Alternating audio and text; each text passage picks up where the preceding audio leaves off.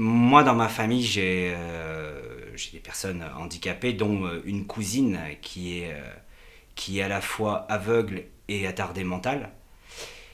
Et,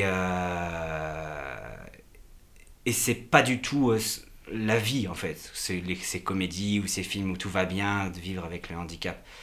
La vie, c'est très dur et je voulais faire voilà, un film sur l'autre point de vue, le fait que tout n'est pas gai.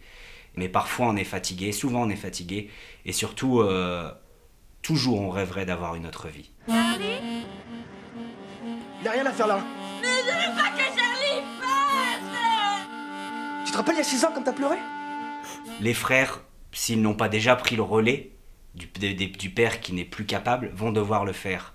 Donc c'était une façon de parler de ce qu'est d'être frère d'une personne handicapée quand on doit assumer aussi, alors qu'on n'est pas les parents. Donc j'ai décidé de construire l'histoire autour de 3 frères, pour avoir les 3 points de vue. Un qui a eu le courage de partir pour vivre sa propre vie, un qui est toujours là et qui subit, et le troisième qui est jeune et qui a des rêves de faire du vélo, des courses de vélo, qu'on l'emmène à droite à gauche, vivre son rêve. Il croit encore à ses rêves, mais il est en train de prendre conscience que ses rêves, s'il reste là, il ne pourra pas les vivre.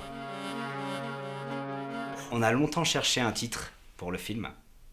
Et moi, j'ai une vraie passion pour la Scandinavie, pour les pays du nord de l'Europe et surtout pour l'Islande.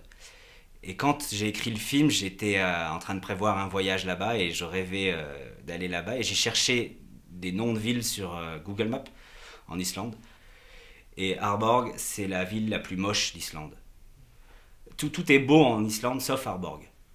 C'est une petite ville où il y a énormément de serres et c'est la ville où il y a le plus où on produit le plus de bananes en Europe.